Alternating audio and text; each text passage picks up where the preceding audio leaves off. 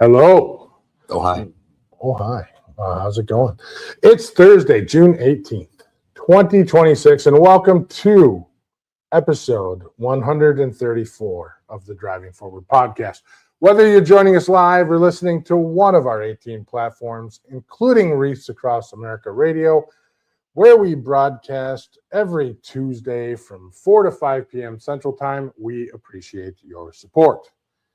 Here with my guy Bain. I don't even know the last time you were on. It's been a hot minute. It's been it might have been Matt's. No, it's been. I've been out since then. Okay, all right. So what you been up to? A lot of life, as we talked about. Real quick, shout out to Bruce and Carol Bain. Happy anniversary yesterday. 45 years. 45 years. Yeah, I've barely been around that long. Yeah, right. So maybe just a few more years. Yeah. You have not been around that long. I have not. Yeah. So congratulations, Mom and Pa Bain. Yes. Very, very exciting. Bruce is awesome and Carol Bain's a saint, so very excited for them. But other than that, a lot of travel. Both my boys graduated. One from college, one from high school. Also been going back and forth to Illinois.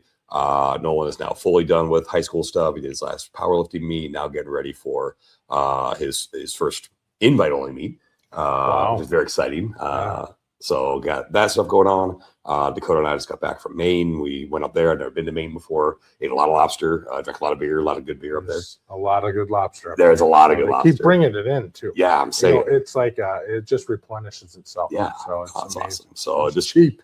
Inexpensive. I wouldn't say it's cheap. It's a lot more reasonably priced. Yeah. But no, just enjoying life, and obviously we're busy. So a lot of stuff on the partnership side. Just wrapped an engagement with a client, which was super fun. I think after our meetings over the last week or so, we got some pretty exciting ones on the way. So just staying busy, staying productive, and enjoying not having to compete until next year. Yeah, fair enough. Yeah, so I'm very excited for that. How about you? What are you up to? Just lots of travel. Mm-hmm. I had a minute off because I too had one graduate high school. Congratulations, yeah. Two down, one to go. There you go. So we had that grad party last weekend. Thank God that's over. We're happy about that. Traveling, took a little bit of time off from traveling, but now it's going to be intense here. Well, this week, obviously, we're not in studio and the lighting is horrible. But we'll make do. But we'll light your light up anyway. Yeah. We'll Jesus. So, but we flew into Indy yesterday and 2 days ago. It's Thursday. Yesterday. Today's Wednesday. We're recording, but yeah. Oh yeah. You already said the date. Okay, we're recording. So this is recorded. Yes. I'm horrible at that. So anyway, so we flew into Indy on Tuesday. Yep. And I had some meetings today, drove over to Columbus. We're now in Columbus. Yep. And we have meetings today. Yes. Because we're recording Wednesday. So yeah, we had meetings today. He's a better liar than he is. Right, fair enough. So, everybody knows this isn't live when I'm not sitting there responding to any comments. It's true. So it's true. It is what it is. So, and then next week I'm at Samsara Beyond in Las Vegas with Mike Solas. So that'll be a blast at Aria Resort there. So I've never stayed at Aria. A little jealous, I'm not going to lie. That you guys are getting to one to be in Vegas, but also Aria because I haven't stayed there yet. And a little jealous. I'm looking forward to it. It'll be good to go see. I haven't been to Samsara Beyond. We've always had teams go to it as long as it's existed. I think this is probably its third or fourth year.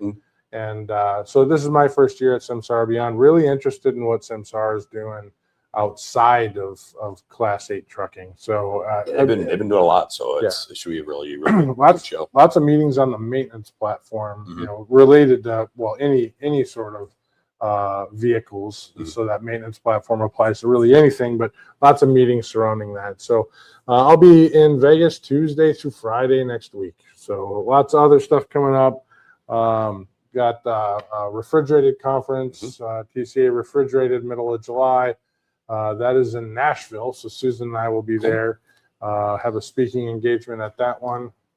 I'll be at Florida Trucking Association. Yeah, so that's last week in July. We'll be in Fort Lauderdale. So that one I believe is the 31st to the 2nd of August. Then we've got our customer conference coming up in August. Yep, in you're the Minneapolis. first one to say that publicly. Oh, yeah. Hey, It's been kind of quiet because it's invite only for the most part as of right now. So calls for your but invites. yeah. So if you really want to come, reach out to us and Yeah. we'll get it going. So Whoops. We can edit that out because we're recording. but we won't. So because we don't. Yes. So we just let things ride, right? So, Usually. Yeah. Fair enough. Unless it's really, really bad. So, yeah. So, been busy. We just got to Columbus. We're just starting to wind down and go, oh man, we got to get this thing done. Yep. So looking forward to the meetings tomorrow. The common thread over the last few meetings, honestly, over any meeting in the last 2 years, they kind of open with a discussion on market. So what's people have heard me talk about this. They probably heard you talk about it too, but what's your take on market conditions right now? Sure. So I'll give the general answer and then a more specific one. The market is the market. It's going to do what it's going to do, which really that is like, it is a living, breathing thing. It is going to do what it does. But however, and additionally, over the last 2.5, 3 years, you and I both talk a lot about how the market is going to correct itself. And one of the ways it's going to do that is we have needed a culling of capacity because we have been over capacity for a long time. And that was going to come in a variety of ways. It's going to come through people exiting the market, through bankruptcies, through consolidation. And we're seeing all that right now. Yeah, eventually at some point, we hopefully will see it because the economy is doing well. Correct. But as of right now, that's not the case. We see a lot of volatility in the economy, but also what we do see is that there is a demand for trucks. There is, because rates would not be going up if there wasn't. Yes, there are a variety of things that are played into rates going up. It is partially fuel. It is partially just overall volatility. But is it better than last year? Yes. Is it better than it could be? Absolutely not. There is still a long ways to go to. I would say we're in a bull market. I don't think we're necessarily in a bear market, but we're close. Right. We are definitely not in the recession that we were. But again, it is, regardless of rates going up right now, we are not out of the woods yet by any stretch. And so I want to be very clear on that, is that if you have been consistently focused on improving your business, improving your process, you cannot take your foot off the gas yet. And you realistically should never. But really, this is a time to be very hammered down because you will see a little bit of relief, at least on the top line. So we've been talking with some brokerages, and they're looking at when we come out of this up market scenario. And I heard I'm not sure who it was. It was a Freight Waves interview going on, Tom Albrecht. And he talked about a super cycle, and that kind of runs in line with what I've been saying, which is I don't feel like we've gone up enough, and that this could continue on for many years. And Tom's statement, I think he even said 8, 9, 10. If you look at all things, and the fact that historically, if the government has impacted, for example, ELDs 2016. Other cycles throughout I think there's 3 cycles that are kind of measured in after 2000. So I don't feel like there's a lot of room for this to go up. But at the same time, can it go up fast enough? We have carriers that are really struggling through this. Yeah, we just talked about on the way here, multiple carriers are, and not even filing Chapter 11, they're filing Chapter 7. So they're done. Yeah. They're hanging their hats up, and the war chest is depleted, and they're done. So there's a lot of that going on. There's a lot of brokerages as well that are struggling. Obviously, you have a rate. That rate, well, we were just talking about it at lunch. Rates submitted within 3 weeks are no longer accurate. They're not carrying enough, and the market's shifting that fast, 20 to 30% potentially in a short period of time. So if you're a spot market broker, you definitely have some things you need to be paying attention to and continually addressing your rates. But if you're a contract broker, you are probably in a very unique situation right now. Yeah. So I know the contract carriers are all out there talking to all their customers about, hey, we need more, we need Yep. more, we Yep. need more. But it is an interesting conundrum for everyone to be in. Yeah, we got the stat from one of our we'll call it industry friends, right? That they have a client that it was temperature controlled acceptance rate was 7%, Right. which is wild. Yeah. Yep. That's extremely low. So 93% of the tenders they put out are being rejected on a contract basis.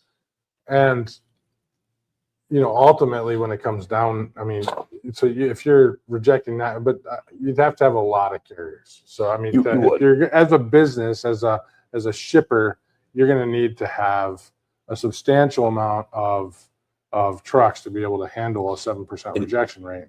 And that acceptance, so 93% rejection. So there's one or two things going on when I heard that. Was either A, that is a strategic, like we do want to play the spot market, and you want to work with dynamic pricing and feel better about that, or you truly have not examined your carrier network and you're just letting the chips fall where they may. Yeah. Well, I think that could be the place, but really, a lot of shippers right now are open to these discussions. I mean, you have fuel going while really fuel's coming down now. Rumor has it fuel's 13 cents lower today, but I can't say that for who knows the day before. Yeah. So, if you want to know where fuel's at, check with Adam Wingfield. Yeah. So, well, there's plenty of tools out there, but rumor has it fuel's dropping 13 cents tonight, and that on average, and that'll be helpful. But I mean, honestly, we're going to get an emotional response on the fuel reduction based upon what's happening at our friends. Just like we had an emotional response when it spiked. Yeah, absolutely, and it can jump, but the road down is slower than the road up. Always. So we'll see a 10 to 20% drop potentially. That's emotional, and then it'll take a while for the remaining numbers to fall off if they ever do. So, because once you're willing to pay it. Yeah. The one area where that's been true, because we've been here before, we were at these prices of fuel back in 2009. I mean, we were we saw them very close in 2020. Right. So, well, at one time, actually, this is not the highest. No. So the highest was 2023.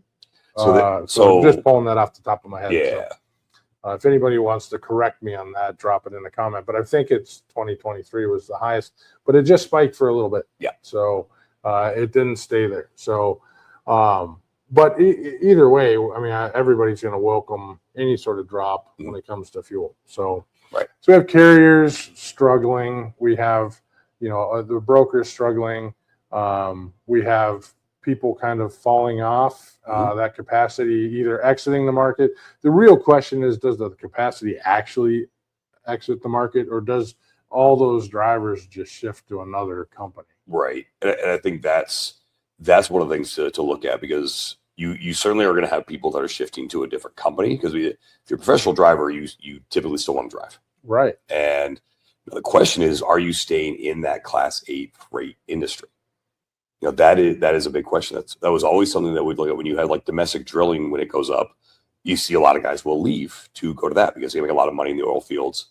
And yes, you're running in areas that aren't, great or highly populated, but also like you're doing stuff that pays very well. And so you'll see that type of capacity will exit the market sometimes. As new constructions, whether it's commercial or residential, as that goes up, which we're not really seeing a ton of that. No, none. So, that typically will pull some capacity as well, because guys want to be home more and they can still do, do some manual labor. So capacity is still staying, but it is shifting, who's going where, what they're doing. And then also you do have shippers that are examining their dedicated networks and saying, do we want to increase? Do we want to decrease? Well, it'll be interesting to see if the dedicated pendulum swings again.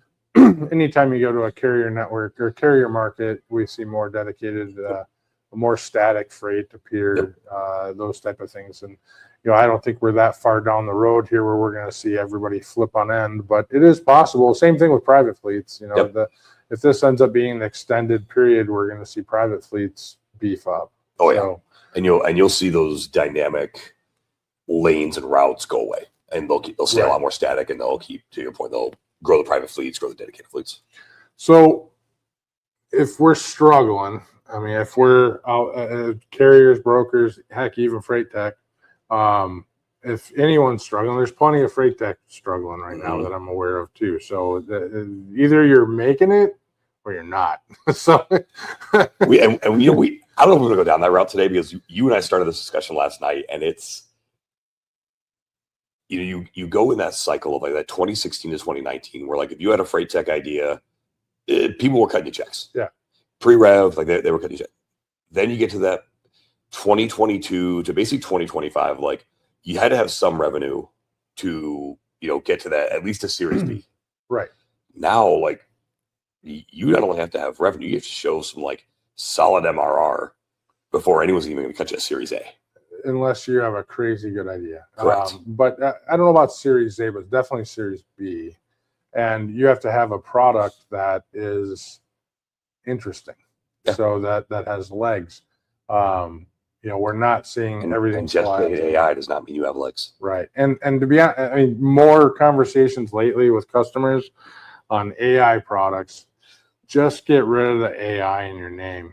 We all know it's there. We all know it's being used. It's not really being used. Yeah, well, fair enough. But potentially it could be being used. Well, even if it was used to build it, the fact that AI exists in your name, reality check on that is we don't care.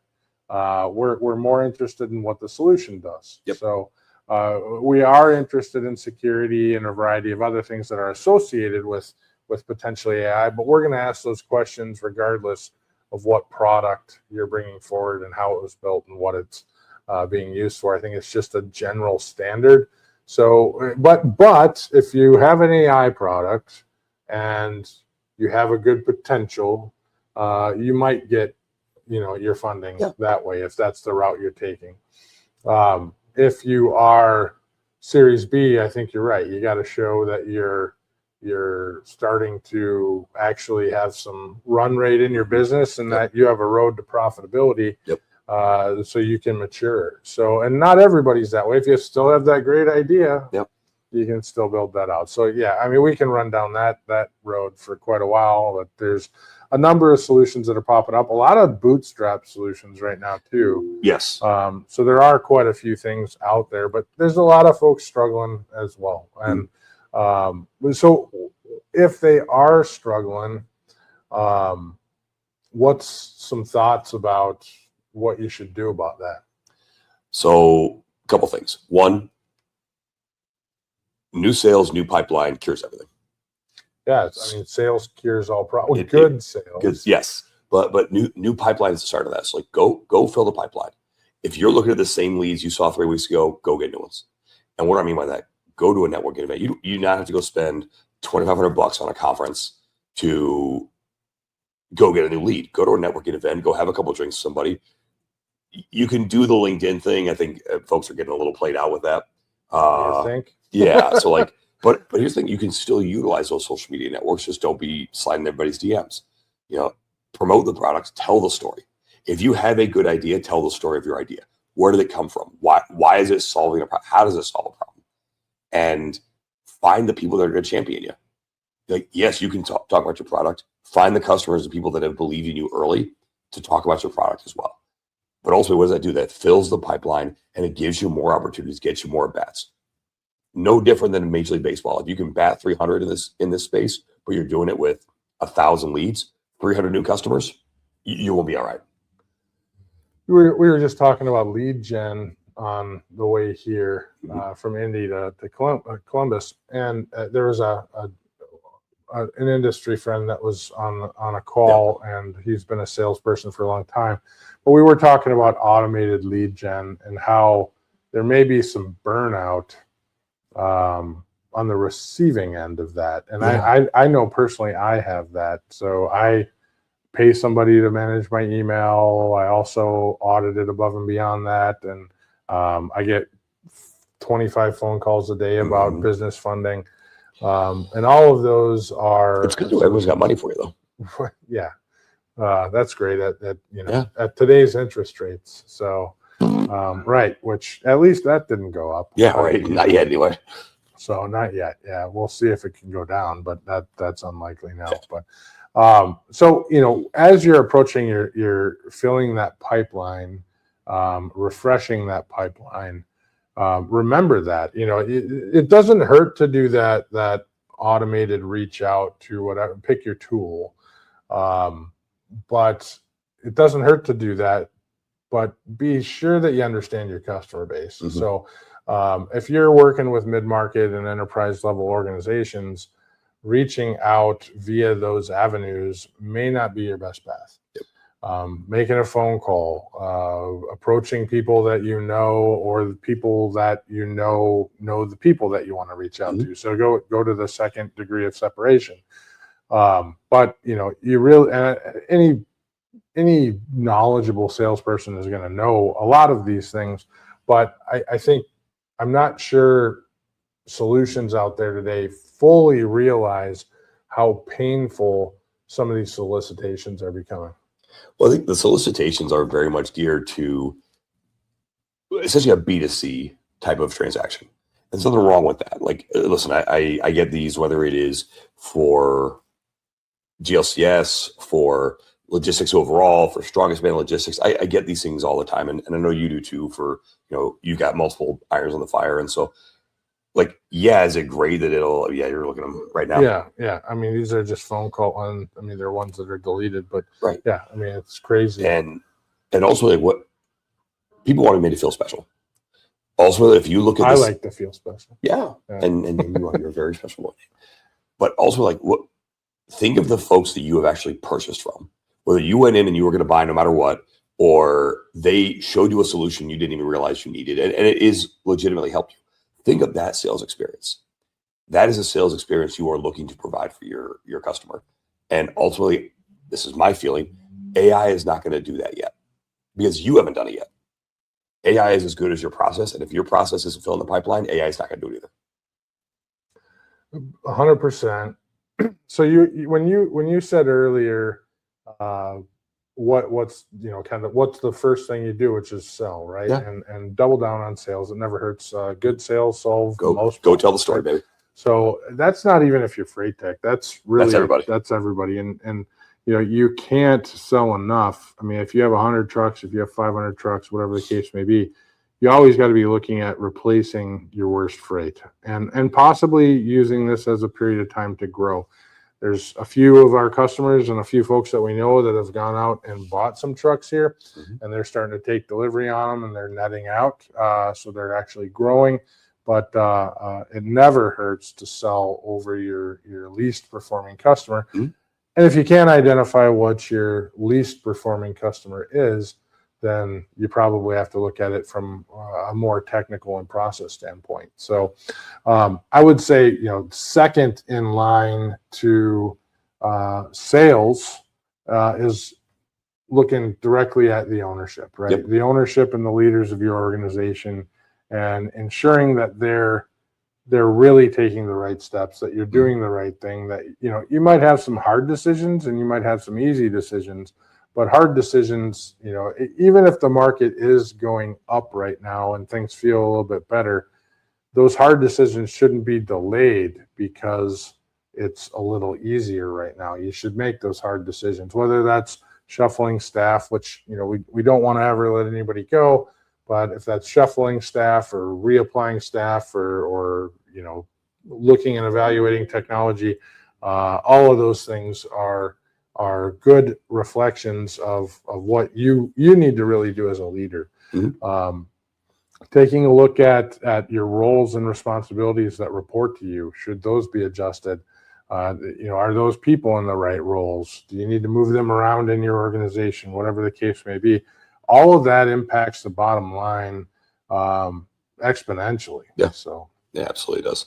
And I know some people will look at that and say, well, those folks got us through those hard times. I'm not saying they didn't, but also need to look at, are they still making the strides and the moves to make sure that you don't have to feel as impacted by the hard times when they come back?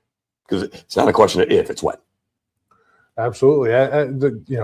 Hopefully Tom Albrecht is right, and we're looking at a 10-year, well, maybe that's not good for brokers, but you know, if it's a 10-year super cycle, I think that wins for the whole industry. 100%. Just like COVID was relatively a win for the whole industry. I mean, everybody was making money as we were going up. And I said this today on the market side. I've said it 50 times, if not more. We spent so long on a down market and so long where carriers have not experienced a increase in revenue to support their increase in costs. Along with that, we've had all of these policy changes. We've had policy changes. We have increases in insurance. We have a variety of items that I should probably spell out at some point. But rates didn't move, not much. Nope. We had our COVID spike, and prior to that, we were really kind of in a down market. We were heading down. We were spiraling pretty bad. And we had the COVID spike, and then following that, so we don't necessarily know where this needs to top out.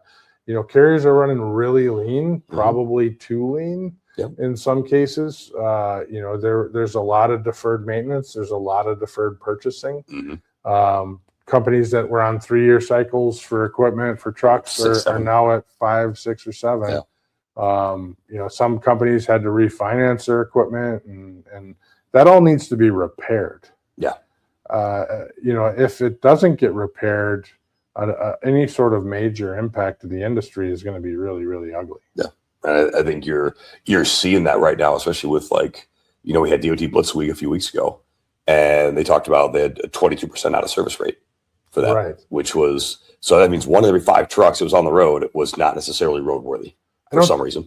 Did we get the stats back on Blitz Week? I'll look it up. Matt Leffler had talked about that a little bit, but we don't know if that was like 10 trucks or 20,000. As far as like how many were put out of service or how many were inspected? How many were inspected? Want to say it was north of 6 figures, but I know Leffler had talked about it a good amount. Yeah. I mean, I think that was the big question, because a lot of drivers this year were calling out that really the Blitz Week was non-factor for them. That might be different in other people's experience, but I am curious on those numbers. I don't know if we actually get official numbers from Blitz Week until fall. I think it's during their annual report they put that out, so it's still a few months out. So, and I Googled it, but there's nothing coming up here. So there's some articles. I think OTR Solutions has one out, but I don't think it's factual around it. So,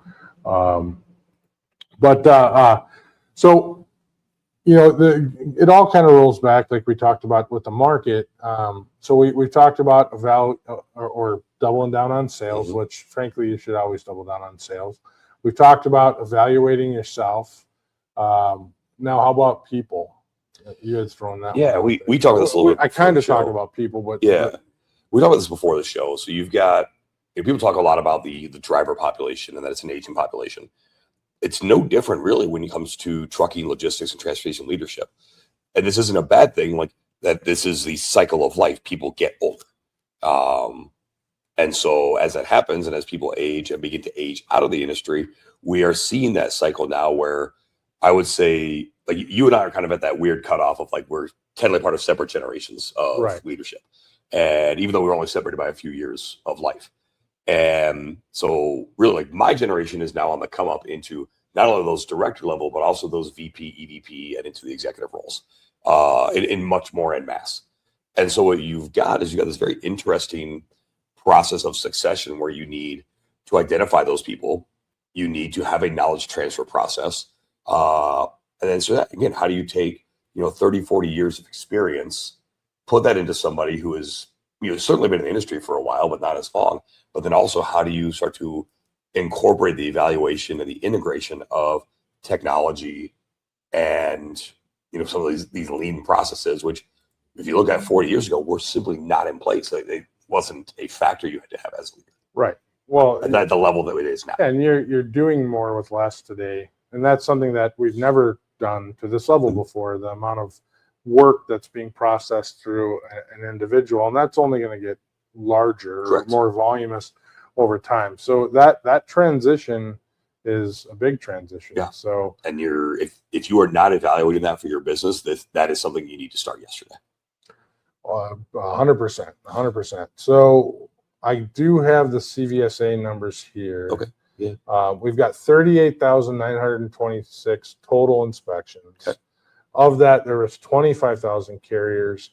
Of that, 13,273 were out of service. So that is a third. It's close to a third, yeah. Well, that is a third. Yeah. Yep. And total violations was 69,446. So that's a lot of violations. So, That's 1.5 per, almost 2 per inspection. Yeah. I mean, it's up there. Yeah. So it's not good. Folks, you got to check your equipment, but I'm sure, and I'll dig into this when we go to break here in a minute, but I'm sure the majority of those were brakes. So yeah, it's brakes, tires. Yeah. So that's the typical shutdown there. But which is frankly simple to figure out. To be honest with you, I don't know when I started driving back in the day, we had to do, that was something that we were trained. You had to understand how to adjust slack adjusters. Mm-hmm. You had to do all of that. Now today, they don't really, you're still supposed to check the brakes, but you're not doing the adjustments and whatnot. But yep. So tell you what, let's take a break. We'll review those statistics a little bit further, and we'll be back in a couple of minutes.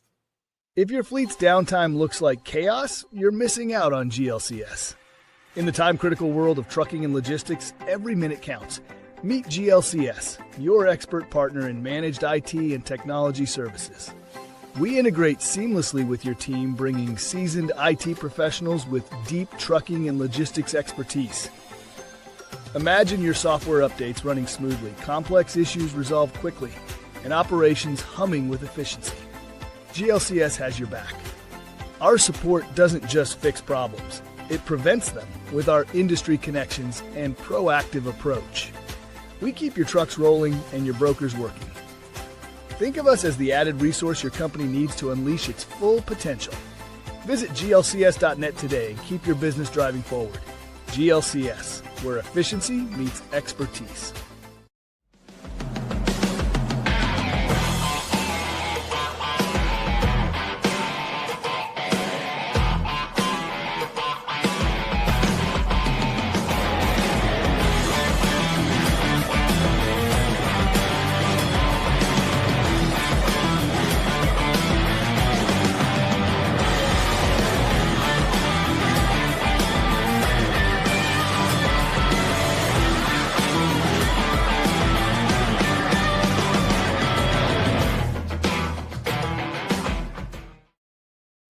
And we are back. So we dug up some more details on the CVSA road check from May. And, so once again, that was a 32.8% according to this. So that's a lot. That's and this data is a little different, to be honest, than what we got off of FreightWaves a minute ago. So I'm sure it's been floating around. Mm-hmm. That might have been, just the first few days. But brakes obviously are still the leading cause. Go back up to that brief, because there was one here that I had been hearing about. Keep going up. Go down a little bit. I should just display the. Yeah, we probably should at some point. But go down a little more, because it was, there we go. Yeah. ELD manipulation. Right. That was going to be one of them too. So that's inspectors aggressively searched out for ghost drivers and GPS spoofing this year. The new comic books. But the interesting is the stops, according to this, only yielded 22 violations. 22,000. 22 violations. So, but regardless, I think that's a hard one to find. So on their end at this moment. Yeah. So unless they're able to see where that truck started, how many hours it's been operating, has there been a driver swap, it's a hard one to find from a field investigation. But I think it's also an emerging forensic process, because especially in the field, because again, it's been known that these kind of things may happen and were possible. And for a long time, up until really last year, the ELD manufacturers basically said it's impossible. You can't do that.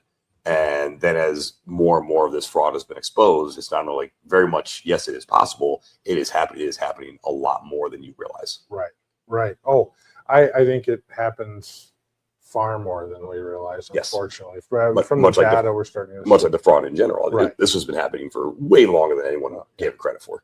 Unfortunately. Yeah. So, and in the self-certification side of the ELD, that being corrected should resolve some of these items as time goes on. Correct. Going back to brakes, they were representing about 41% of all vehicle auto services were brakes or components of brakes. So that's a crazy one, but I mean, I'm not going to say it's simple, but if you inspect your brakes. So this comes down to drivers doing their pre-trips, right? Tires, lighting, all of that. It's not just a checklist. It is an actual inspection. And this particular article calls out a worst single inspection of 2026. So it had 38 violations, 36 specific to the vehicle, and it had 11 out of service conditions. So that's exceptional. Wow. So actually, and it lists where it was at. Connecticut. So, yep. They're calling it out. Well, here's another one from Alabama where 30. That looks like 30. So yeah. Kind of ugly. So, but I mean, do your pre-trips. So that's going to catch a lot of this. And if you're being asked as a driver to operate an unsafe vehicle, Leffler said it himself that 1/5 or one third, 1/5 of the trucks operating on the road are unsafe to be on the road. That means when you're going down the road with your family and you pass trucks, or they pass you, one out of 5 of them, tell me about it. We even looked up the name of the carrier because I was going to call, but it was a single operator. So that was crazy. So once evaluating those, so we're going to circle back away from CVSA for a minute and get back to the topic we were talking about, which is what to do when you're struggling. Right? You're a carrier, you're a broker, you're a freight tech. What do you do when you're struggling? And we were on the subject of people before we went to break. Certainly the evaluation of people, ensuring that they're doing what they need to do, constantly evolving. Today is a fast moving market. We've visited a couple brokers. Tomorrow we're going to see a couple carriers and a broker. But no matter what happens, you're always looking to do things more efficiently. Right. And a lot of that has to do with that people process technology, which, we're not talking about processes in too much depth, but, always self-evaluating. And then we get into the technology side. And, we've talked about this. We talked about this at Matt's. We've talked about it many other times, which is this huge gap in technical aptitude of a company that moves freight. That can be a massive difference dependent upon the organization. It doesn't mean you are a large company and you have access to all this tech. There's plenty of small companies that are leveraging some amazing technology, and that's impacting their people. So and typically impacting their people in a very positive way. So what's your thoughts on, I kind of laid it out there, but what's your thoughts on tech? So technology is a tool or a system of tools, right? It doesn't do all the work for you. If you've ever seen any of my content, I talk about lifting and strength sports a lot. And, the type of lifting I do is equipped lifting. It's not what you're going to see in your commercial gym. But one of the jokes amongst powerlifters is that the gear does all the work. My squat suit, my bench shirt. Looks like it to me. Sure. But if I lay my bench shirt on a bench, it doesn't bench the weight for me. Yeah. It has to be no different than the technology that your people are using in the office. If they don't work the tech, it doesn't do anything. But for instance, if I am benching raws, it's just me and my wrist straps and that's it. I've got about a 435 bench. In a shirt, I've got about a 715 to 720 bench. So there's a huge difference here in what the tech allows me to be able to do. And so when you look at when somebody's doing something manually in your office, whether it's an individual producer, whether they're doing things manually, they are hindered by their own physical abilities. But when you add the right technology and the adoption of the technology, because you also just can't throw the shirt on and it starts doing, more weight, because you're going to kill yourself. Thankfully, that's not necessarily the stakes that we are working with here all the time. When you teach people and you get the adoption of the technology, which is a huge topic we had today with a couple folks, the result is exponentially more than if someone is trying to do it on their own. And so what does tech do? Tech does not take your job. It doesn't replace you. Tech allows you to do your job way more efficiently. Good example. Great tech, or even, halfway good tech, allows you to dispatch 50 trucks versus 20. It allows you to book 30, 40 loads a day versus 10 if you're a broker. And ultimately, if you are the individual person that is working with the tech, if you're booking 40 loads a day as a broker, you're making more money. Period, full stop. And that is what you ultimately want to do. You want to enable your people to maximize their productivity, their efficiency. Yes, you can build better relationships. You can focus on revenue generating activities. It allows them to make more money, which ultimately keeps them in the seat. It keeps them productive. It keeps you having more predictable revenue as an organization. So as leaders, you should want that adoption, and you should want to figure out the ways to work through that change management and get that adoption. As the individual, if technology is offered, you want to look at how does this increase the amount of loads per day I can book? Especially on the brokerage side, but even if you don't know, that's an obvious one, right? Loads per day, revenue per day per person, revenue per. Or if you're on the dispatch side, how many trucks can I manage? How many trucks can you manage? But pick the metric that allows you to measure the role. Yep. And then optimize the role through process or technology. And then measure that continuing forward until your culture has changed. So your culture will adopt those measurements. And we were talking today a little bit about culture. There's a lot of tech out there, right? So which one we go way down deep on this one. Yeah, right. So we've got about 15 minutes left. So there's all kinds of tech out there. And so when you pick a technology, you have to get users to adopt it. And if they reject it or the tech fails for whatever reason, you now have a negative impact in culture. So your organization might say, well, we don't want this type of technology because XYZ solution didn't work and we put a lot of time into it.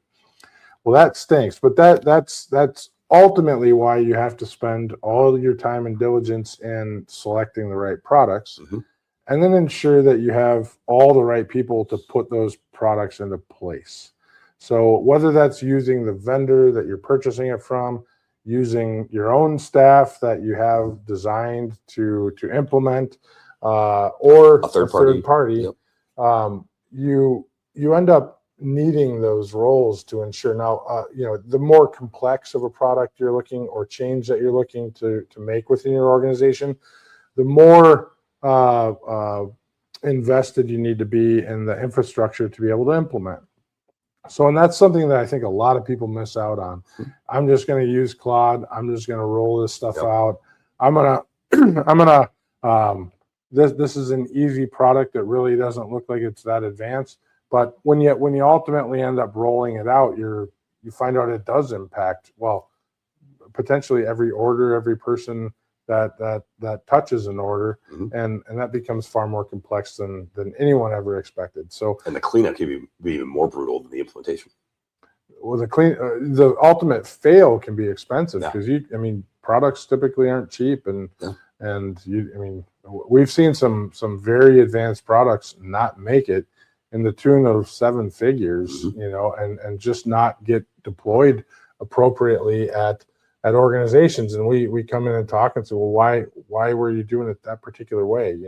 There's a better way to not only implement, but to support and monitor the implementation, the project, as time goes on. So, and one thing to add to that is to, make sure you don't want to sit here and look at technology, say, hey, we want to implement this, and then get so bogged down in that pre-work that you have the analysis paralysis. At some point, yes, you do got to rip the Band-Aid off and move forward, whether that is we're going to start the implementation, we're going to learn a little bit as we go, but there's a way to do a lot of the work. That is through, to your point, the vendor resources, your own internal resources, potentially a third party, however that may look for your organization. But, at some point you do have to actually take the step and move forward. And so, while we're putting these warnings out, because we do want to make sure that people are taking the time to build the base that they need to have. Also, yeah, you got to take the chance, and you got to, as Alex say, load the bar and get under it. Yeah. I mean, you end up having to jump in at some point, but jump in with education and jump in with a plan. And best laid plans sometimes fail, but if you actually have a plan, lots of people don't. They just buy things and shooting from the hip. Yeah, we would never do that. We never just shoot from the hip and stuff. Right. So we do our best not to. Yeah. So, I was just I think that kind of wraps a good chunk of this. But I was just flipping through the CDL Life ad or website and looking for some topics to chat about as we're here. One that caught my eye was a Brazilian guy. I'm not sure why they're calling out that he's Brazilian, but okay, I do know why. But the Brazilian man operating a semi truck with no CDL arrested in I-81 or on I-81 in Virginia, and this particular story, I think he was actually with a driver. Mm-hmm. So and he ended up taking over driving at some point. So you continue to see these stories that come out about really irresponsible operations. Mm-hmm. I can't imagine putting somebody that has no idea how to drive a truck behind the wheel of a truck. I mean, that's nuts. So when you get into driver facing cameras, when you get in Perry Olson from Fortune Transportation just put out a great message today. It's about 5 minutes long. It's out through the ATA, but it talks about the rising cost of insurance, and he is one of the safest fleets in North America. He's won Colorado multiple times. He's won Minnesota multiple times. He's won safety awards through the ATA. He has forward-facing cameras and rear-facing mirror cameras, and yet he wins all these awards, and his insurance rates still continue to climb.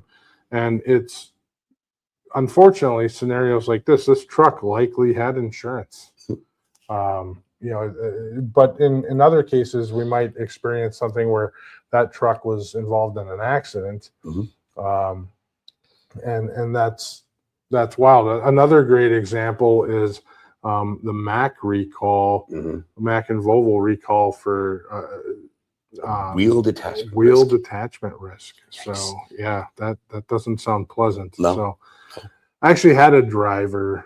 So he was in Texas once, and it was so when I had my company, I don't know if I ever had a total wreck of a truck except for this one. An oncoming truck lost its duals. They bounced over. They landed through the windshield of my truck, and because it was so hot, it just flamed out the truck and burnt it to the ground. And the driver, the wheel had hit his hand or his arm, and it wasn't great. Yeah. I think I only had one total. It was a unique event. The driver thankfully survived this, but he had a dieback event behind the wheel, and so passed out. Vehicle goes across, is out in Dinosaur, Utah, and so middle of nowhere. And thankfully, somehow, from everything the investigation showed, he was probably unconscious behind the wheel for almost a half mile. So when he hit there's the uneven highway. So one way is about 12 feet up. So when he hit the embankment that was in between, Probably hit it at about 60, 65. Again, somehow he survived. He was fine, but it cracked the frame of the truck. I mean, brand spanking new. I think it was maybe a month and a half old Peterbilt 579. Yeah. So, Oh, that was out. That was rough. Did not enjoy that. But that also meant our insurance rates and our loss runs reflected that for 5 years, 7 years. Yeah. Well, it was definitely a period. And now it just doesn't matter. Now they're just going up. So we were the ones that drove it up. So sorry about that for a hot minute. But one of those crazy things where that one is that we had every safety precaution besides that. And obviously he passed his physical. Doctor said he was good to go. And that happened. Yeah. Yeah. Another interesting one was a driver was sentenced to 30 years in prison for hauling drugs from the border to Kentucky. So, that's wild, but it ended up being methamphetamine or fentanyl and cocaine, multiple different offenses in that. I remember hearing about this one on Sirius XM, but there's a huge amount of trafficking still coming over across the border. Oh, yeah. We work with a lot of border companies. I've heard all kinds of stories about stuff getting tucked in and trailer frame rails and whatnot. But this particular driver, 50 years old, running stuff, and I don't know if it says it in here, but it was I think it was a load of chicken, and it was stuffed into the chicken. So, kind of crazy stuff. So, all right. Well, let's wrap this one up. So, what else? Any words of wisdom? Just to put a bow on everything, sales cures everything. Always be looking at how good sales. Good sales.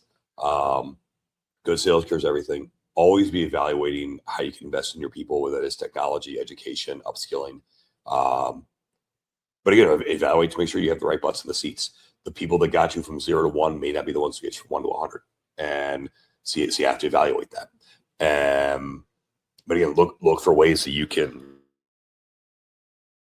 Go ahead. You can build those people up and get them to the point that you can again continue to move forward. The market is always going to correct itself in some way. That may not be the correction that we want to see, but it's always going to correct itself. He's allergic to all my bull crap. Oh man, I don't know where that came from. And again, he's allergic to my bull crap. That's what it is. So always be ready for that. We may see a super cycle, we might not. But what we are going to continue to see is we're going to continue to see capacity shift in different ways, whether there's a culling, actually exiting, or moving to different places.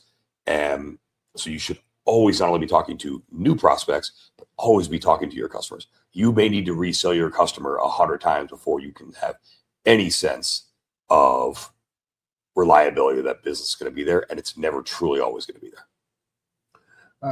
You nailed it. So the reality of everything is be in a process where you're constantly fixing and optimizing your company, or whatever portion of the company that you operate. Always be improving, and it really doesn't matter if you're in an up market or a down market. You're going to be at optimal. You're in the market, right? You're always ready to fight, and I think that's important. And for those that are coming out of this and that are making it, because we're unfortunately predicted that we'd have a whole bunch of companies kind of fall off this year, even though we are surfacing out of this market. But keep swinging, optimize, clean it up. Then you get to turn around and clean up your mess that you just made over the last 5 years. So, but there is a light at the end of the tunnel. There's no doubt there's a light at the end of the tunnel. And it might be a freight train, but it's at the end of the tunnel. Yeah, hopefully it's not. Yeah. So it depends on which tunnel you're in, I guess. So, but appreciate everybody tuning in. Once again, we're in Columbus, Ohio, and stay curious, stay informed, keep pushing the boundaries of what's possible. Until next time, drive forward with purpose and innovation. I can't even talk. See you later.